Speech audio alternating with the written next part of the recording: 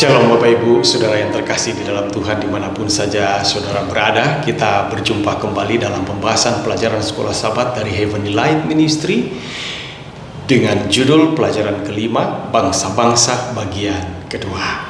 Pelajaran kali ini adalah kelanjutan dari pelajaran sebelumnya yang terdahulu, dan untuk menolong kita lebih memahami pemunculan bangsa-bangsa dalam konteks nubuatan, maka bagian kedua tentang bangsa-bangsa hadir untuk maksud tersebut.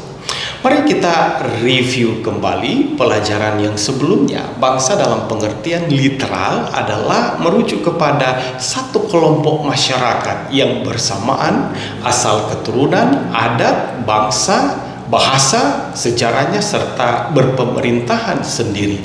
Dalam nubuatan, istilah bangsa atau satu bangsa tertentu sering disebutkan atau digunakan. Sebagai contoh, Mesir, Gog, Magog, atau lebih sering kita ketahui Babel. Bagaimana kita bisa memahami nubuatan dengan disebutkan satu bangsa tertentu padahal bangsa ini sudah tidak ada lagi?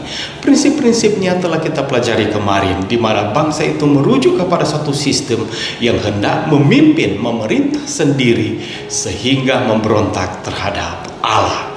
Pelajaran pekan ini akan memperlihatkan masalah-masalah yang disebabkan oleh kejatuhan dan keinginan akan memerintah manusia yang bertentangan dengan pemerintahan Tuhan, secara khusus apa yang dikisahkan oleh kitab Daniel, di mana Tuhan memperingatkan umatnya tentang apa yang akan terjadi ketika mereka berpaling daripadanya dan memilih raja duniawi sebagai gantinya.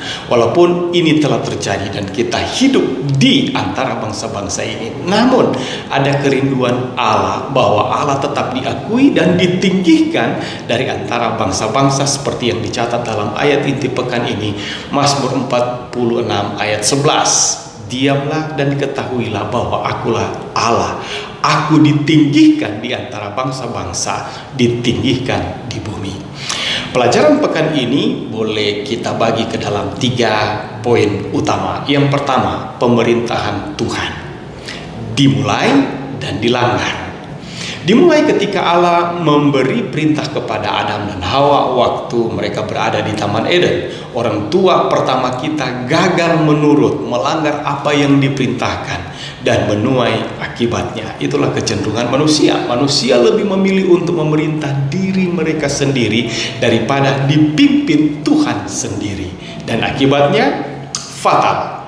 Upah dosa ialah maut. Kemudian yang kedua, pemerintahan manusia digambarkan dan ditentukan melalui Daniel 2 dan 7, di mana pasal-pasal ini memberikan bukti kuat betapa bobrok dan rapuhnya pemerintahan manusia. Meskipun secara historis beberapa negara lebih baik daripada yang lain, beberapa era lebih damai daripada yang lain, beberapa bagian sejarah negara, bangsa, kerajaan hanya berpindah dari satu tragedi ke tragedi lainnya, dari satu penindas ke penindas lainnya. Melalui Nabi Daniel, Tuhan menyajikan penggambaran paling meyakinkan yang kita miliki tentang nubuatan, hubungan antara umatnya dan kerajaan-kerajaan dunia ini. Allah memberitahu umatnya bahwa keputusan manusia atau suatu bangsa untuk menjauh dari pemerintahannya secara langsung akan terjadi hingga akhir zaman.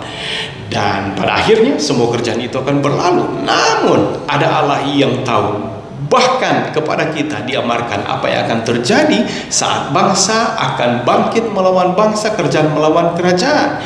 Tidak hanya tahu, Allah pun tetap aktif mengontrol, mengendalikan semua kerajaan manusia. Bahkan kepada kita Allah mengamarkan.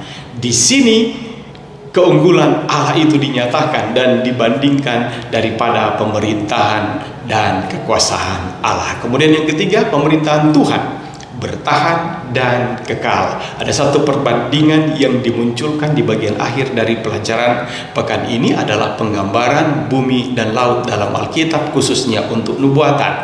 Simbol-simbol bumi dan laut secara kontras, ya, satu dengan yang lain. Bumi adalah tempat yang stabil, didirikan di atas pemerintahan Tuhan, sedangkan laut mewakili kekacauan bangsa-bangsa yang tidak stabil, dibangun atas kesombongan manusia. Ya, Wahyu 12 Dan 13 menggambarkan pemunculan binatang-binatang dari laut dan bumi yang akan diinterpretasikan sebagai bangsa-bangsa tertentu yang erat hubungannya pada akhir zaman ini.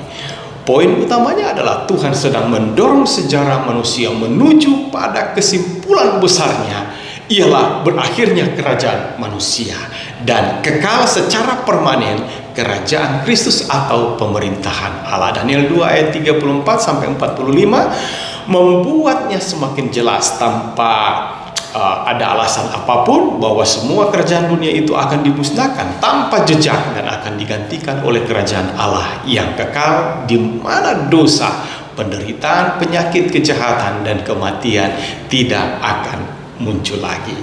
Ya, itulah pelajaran kita hari ini. Pekan ini kiranya boleh menolong kita, boleh memberkati kita untuk bersedia kepada kedatangannya yang segera dan akan melihat dan hidup dalam pemerintahan kekal selama-lamanya di surga dan di dunia baru. Mari kita berdoa. Terima kasih untuk pelajaran ringkas ini, kiranya dapat menolong kami memahami akan pelajaran kelima dari triwulan ini sehubungan dengan penggambaran atau simbol bangsa yang muncul di dalam nubuatan. Kiranya Tuhan menolong pemirsa YouTube channel dari Heavenly Light Ministry dimanapun saja berada. Biarlah pemahaman, pengetahuan ini akan mendorong kami untuk bertambah lebih setia kepada Tuhan dan patuh pada pemerintahan Tuhan. Selagi kami ada di dunia ini, kami boleh terapkan dan hidupkan ini, dan ini menjadi modal bagi kami untuk hidup kekal di dalam pemerintahan Allah untuk selama-lamanya. Terima kasih Tuhan. Inilah doa kami di dalam anak-Mu Yesus Kristus Tuhan Juru Selamat, kami telah berdoa. Amin.